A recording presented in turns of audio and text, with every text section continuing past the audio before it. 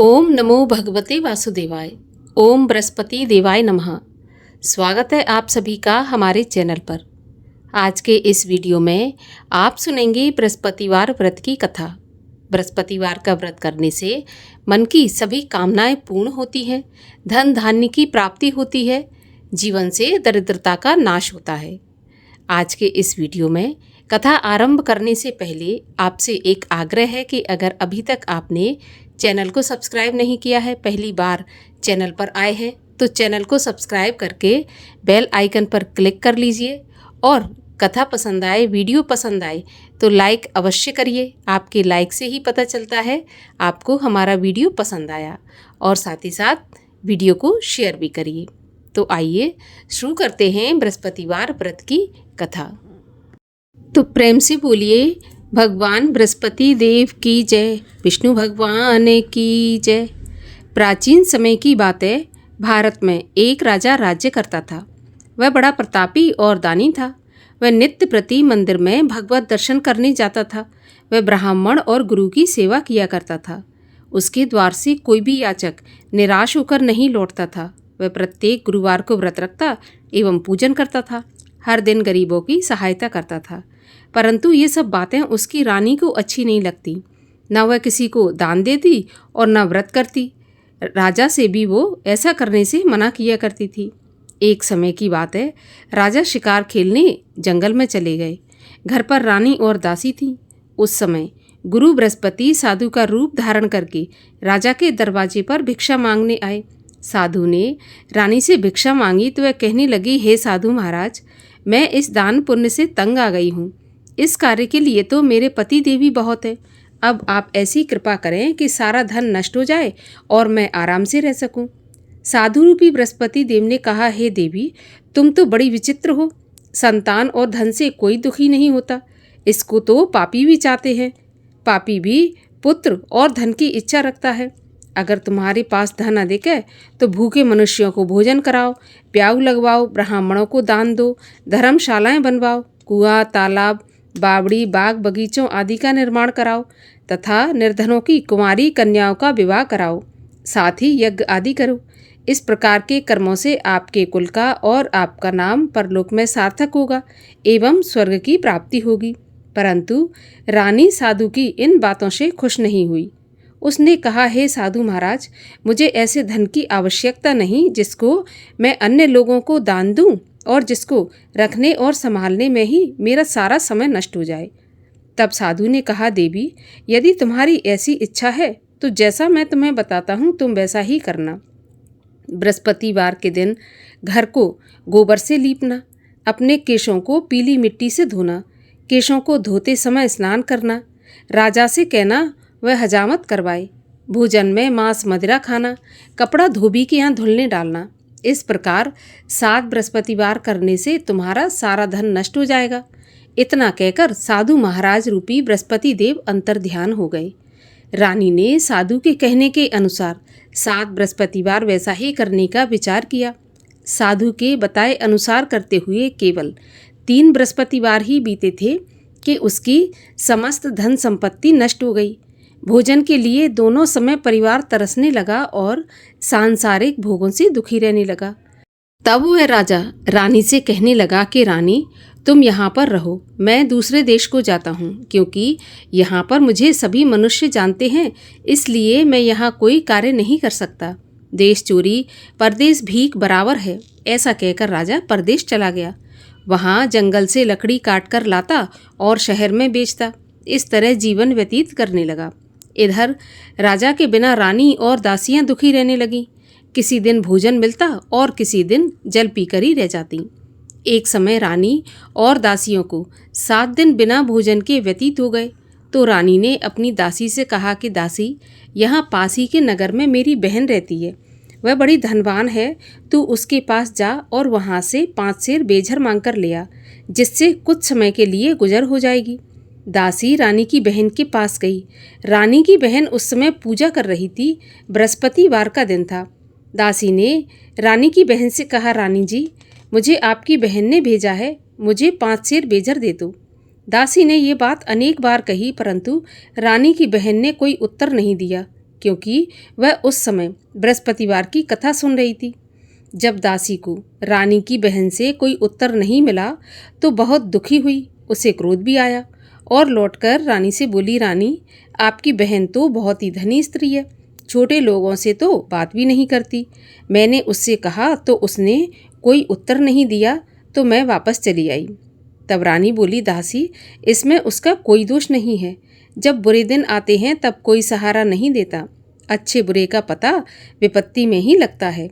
अब तो जो ईश्वर की इच्छा होगी वही होगा। ये सब तो हमारे भाग्य का दोष है। उधर रानी की बहन ने सोचा कि मेरी बहन की दासी आई थी, परंतु मैं उससे नहीं बोली, इससे वह बहुत दुखी हुई होगी। कथा सुन और विष्णु भगवान का पूजन समाप्त करके अपनी बहन के घर आई और कहने लगी, बहन, मैं बृहस्पतिवार का व्रत कर रही थी। तुम्हारी दासी गई, परंतु जब तक कथा होती है तब तक ना उठते हैं और ना बोलते हैं, इसलिए मैं नहीं बोली। कहो दासी क्यों गई थी? तो रानी बोली, बहन, हमारे घर पे अनाज नहीं था। वैसे तुमसे तो कोई बात छुपी है नहीं, इस कारण मैंने दासी को तुम्हारे पास 5 सेर बेझल लेने के लिए भेजा था। रानी की बहन बोली, बहन देखो, बृहस्पति भगवान सबकी मनोकामना पूर्ण करते हैं। देखो शायद तुम्हारे घर में अनाज रखा हो।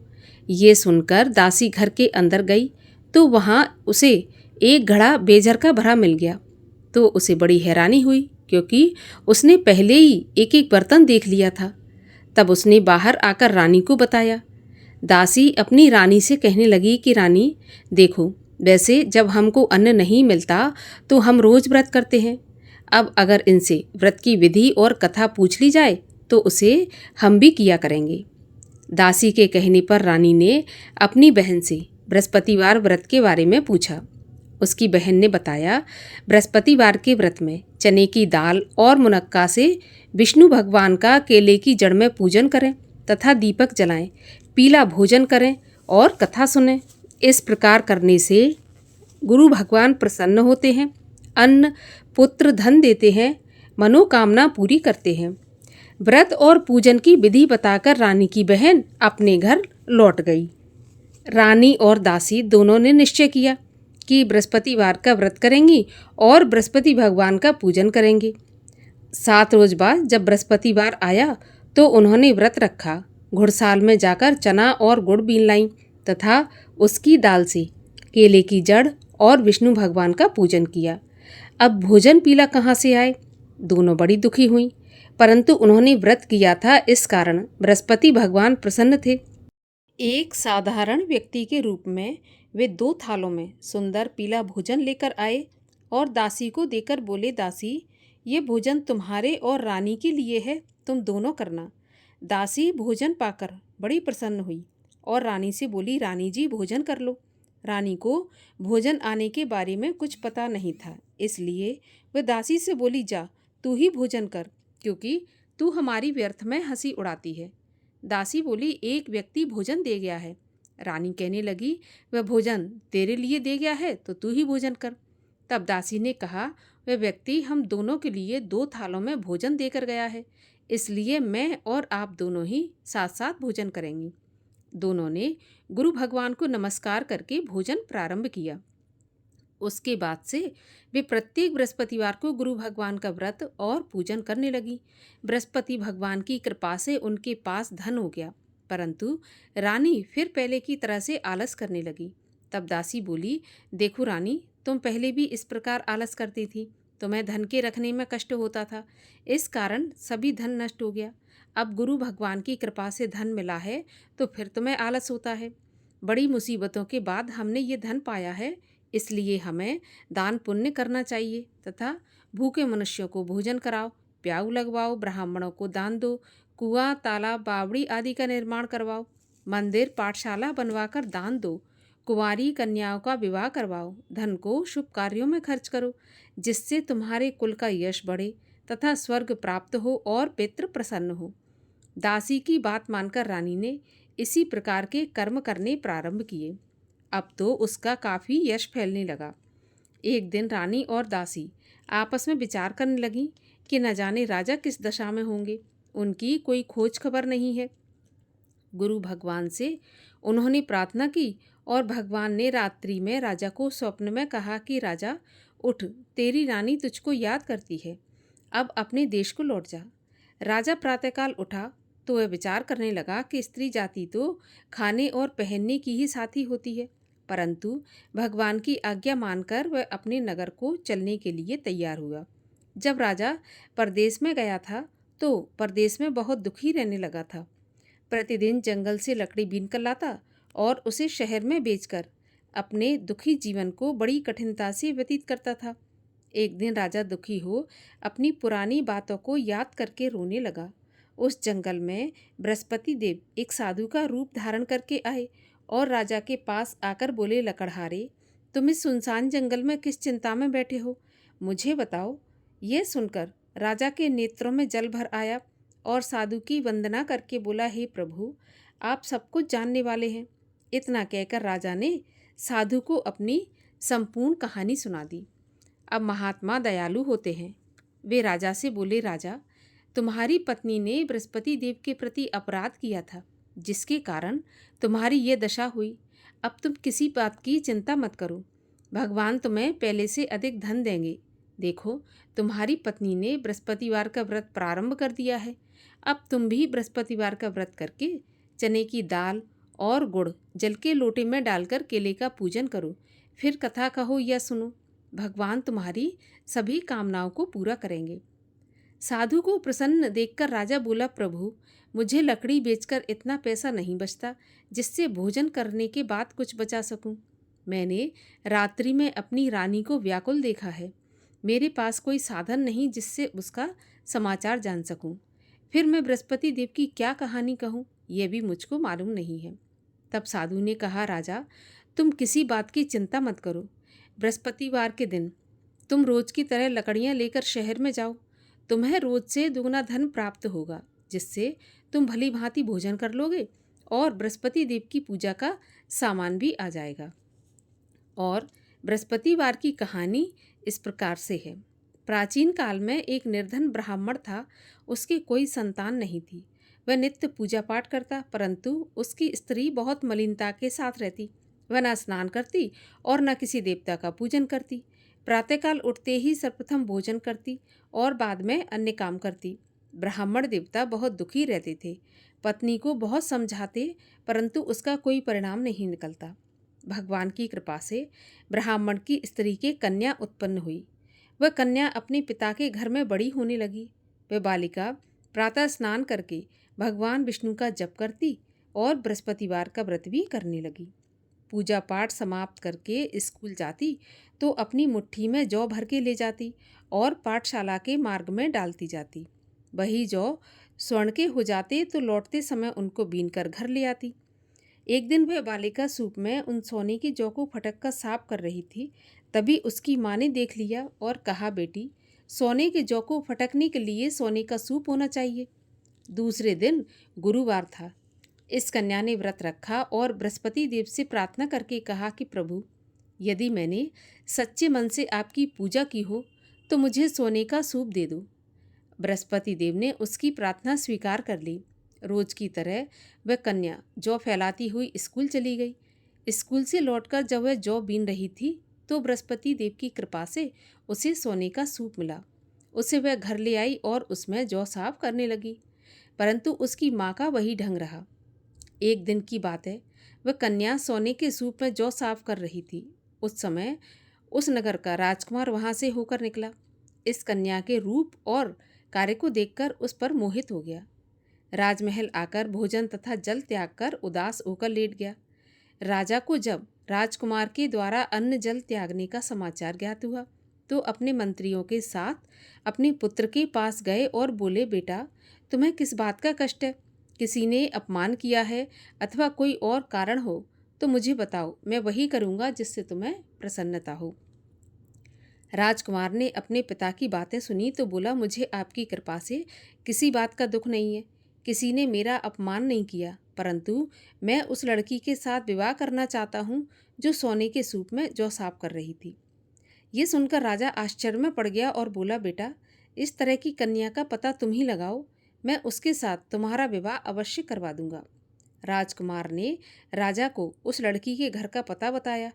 तब मंत्री उस लड़की के घर गया और राजा का आदेश ब्राह्मण को सुनाया।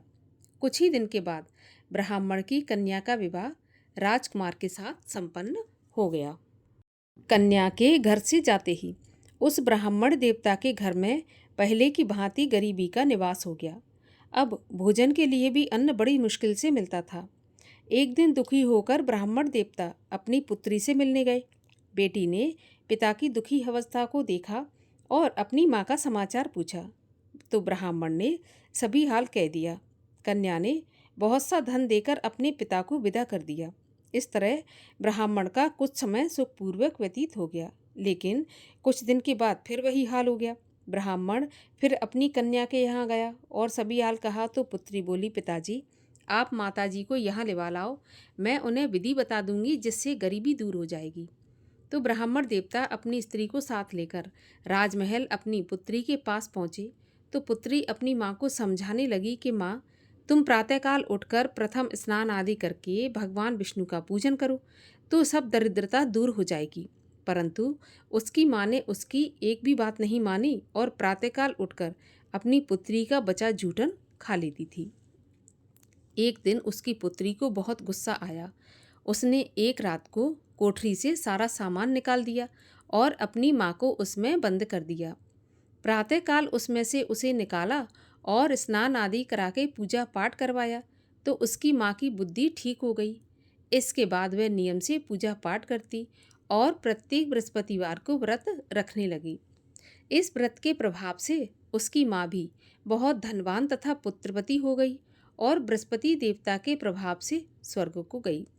वह ब्राह्मण भी सुखपूर्वक इस लोक का सुख भोग कर स्वर्ग को प्राप्त हुआ। इस तरह से कहानी कहकर साधु देवता वहाँ से अंतर्ध्यान हो गए। धीरे धीरे समय व्यतीत होने पर फिर बृहस्पतिवार का दिन आया। राजा जंगल से लकड़ी काटकर किसी शहर में बेचने गया। उसे उस दिन और दिनों से अधिक धन मिला तो राजा ने चना गुड़ आदि लाकर बृहस्पतिवार का व्रत किया। उस दिन से उसके सभी क्लेश दूर हुए। परंतु जब अगला गुरुवार आया तो वह बृहस्पतिवार का व्रत करना भूल गया। इस कारण बृहस्पति भगवान नाराज हो गए। उस दिन उस नगर के राजा ने विशाल यज्ञ का आयोजन किया तथा अपने समस्त राज्य में घोषणा करवा दी कि कोई भी मनुष्य अपने घर में भोजन न बनाए, आग भी न जलाए। समस्त जनता मेरे यहाँ भोजन करने आवे और इस आज्ञा को जो नहीं मानेगा उसको फांसी की सजा दी जाएगी। राजा की आज्ञा के अनुसार राज्य के सभी वासी राजा के भोज में सम्मिलित हुए, लेकिन लकड़हारा कुछ देर से पहुंचा, इसलिए राजा उसको अपने साथ महल में ले गए।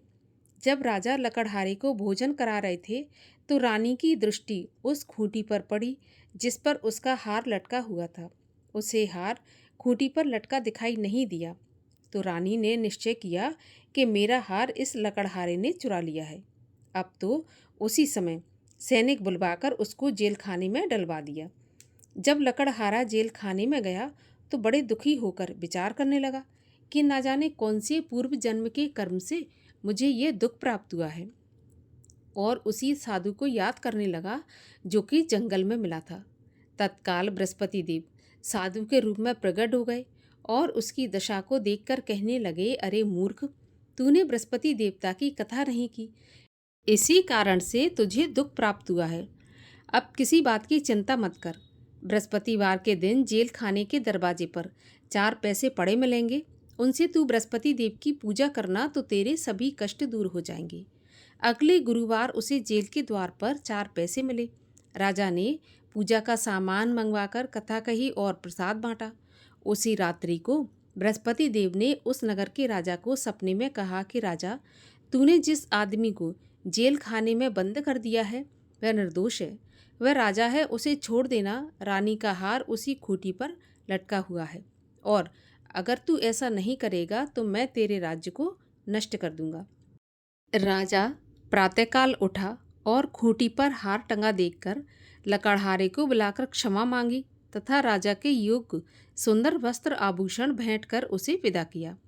गुरुदेव की आज्ञा के अनुसार राजा अपने नगर को चल दिया। राजा जब नगर के निकट पहुंचा तो उसे बड़ा ही आश्चर्य हुआ। नगर में पहले से अधिक बाग, तालाब, कुएं तथा बहुत सी धर्मशालाएं, मंदिर आदि बने हुए थे। राजा ने पूछा, ये किसका बाग और धर्मशाला है? तब नगर के सब लोग कहने लगे, ये सब रानी और दासी के द्वारा बनवाए गए हैं। तो राजा को आश्चर्य हुआ और गुस्सा भी आया।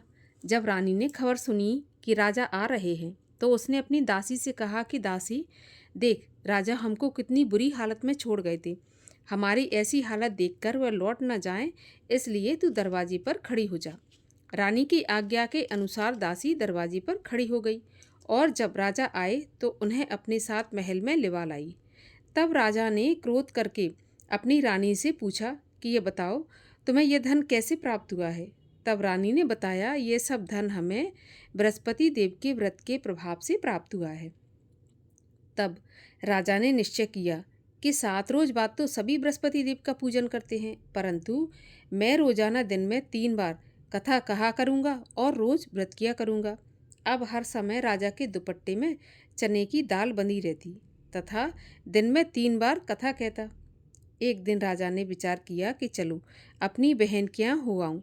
इस तरह निश्चय कर राजा घोड़े पर सवार हो अपनी बहन के यहाँ चल दिया।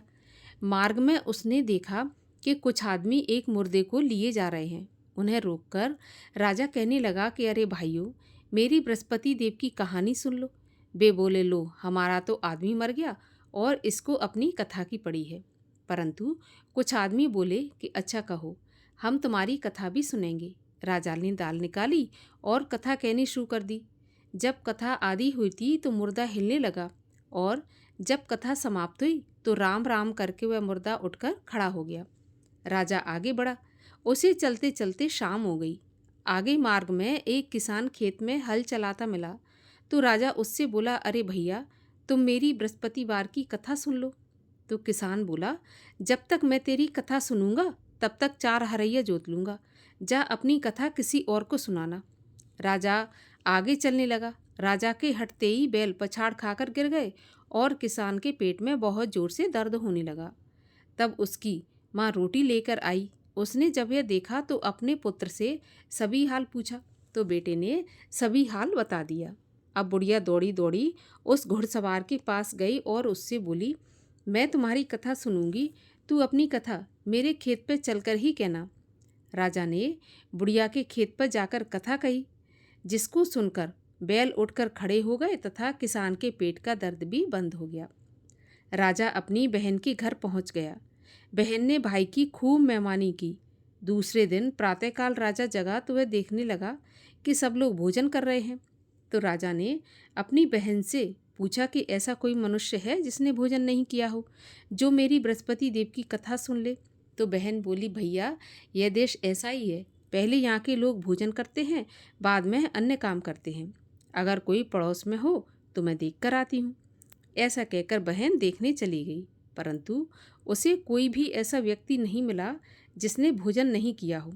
अतः वह एक कुम्हार के घर गई जिसका लड़का बीमार था। उसे मालूम हुआ कि उसके यहाँ 3 दिन से किसी ने भोजन नहीं किया।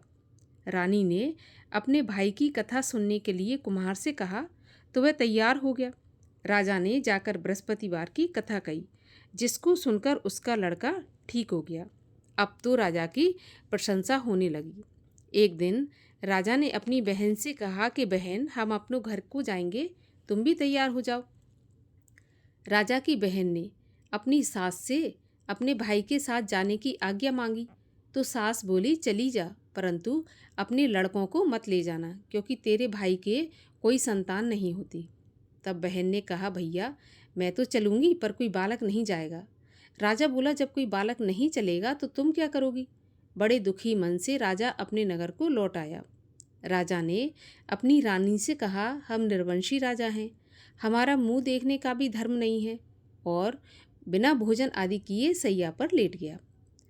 रानी बोली, प्रभु, बृहस्पति देव ने हमें सब कुछ दिया है, वे संतान अवश्य देंगे। उसी रात को बृहस्पति देव ने राजा को स्वप्न में कहा, हे राजा, उठ, सभी सोच त्याग दे, तेरी रानी गर्भवती है। राजा को यह जानकर बड़ी खुशी हुई। 9वें महीने रानी के गर्भ से एक सुंदर पुत्र पैदा हुआ। तब राजा बोला, रानी, स्त्री बिना भोजन के रह सकती है, परंतु बिना कहे नहीं रह सकती। जब मेरी बहन आए तो तुम मुझसे कुछ कहना मत। तो रानी ने सुनकर हाँ कर दिया। जब राजा की बहन ने यह शुभ समाचार सुना तो बहुत खुश हुई तथा बधाई लेकर अपने भाई के यहाँ आई। तभी रानी ने कहा, घोड़ा चढ़ाकर नहीं आई, गधा चढ़ी आई। तो राजा की बहन बोली कि भैया, मैं इस प्रकार ना कहती तो तुम्हें औलाद कैसे मिलती। बृहस्पति देव ऐसे ही हैं, जैसी जिसके मन में कामना है सभी को पूर्ण करते हैं। जो सद्भावना पूर्वक बृहस्पतिवार का व्रत करता है एवं कथा पढ़ता है अथवा सुनता है और दूसरों को सुनाता है, बृहस्पति देव उसकी सभी मनोकामना पूर्ण करते हैं।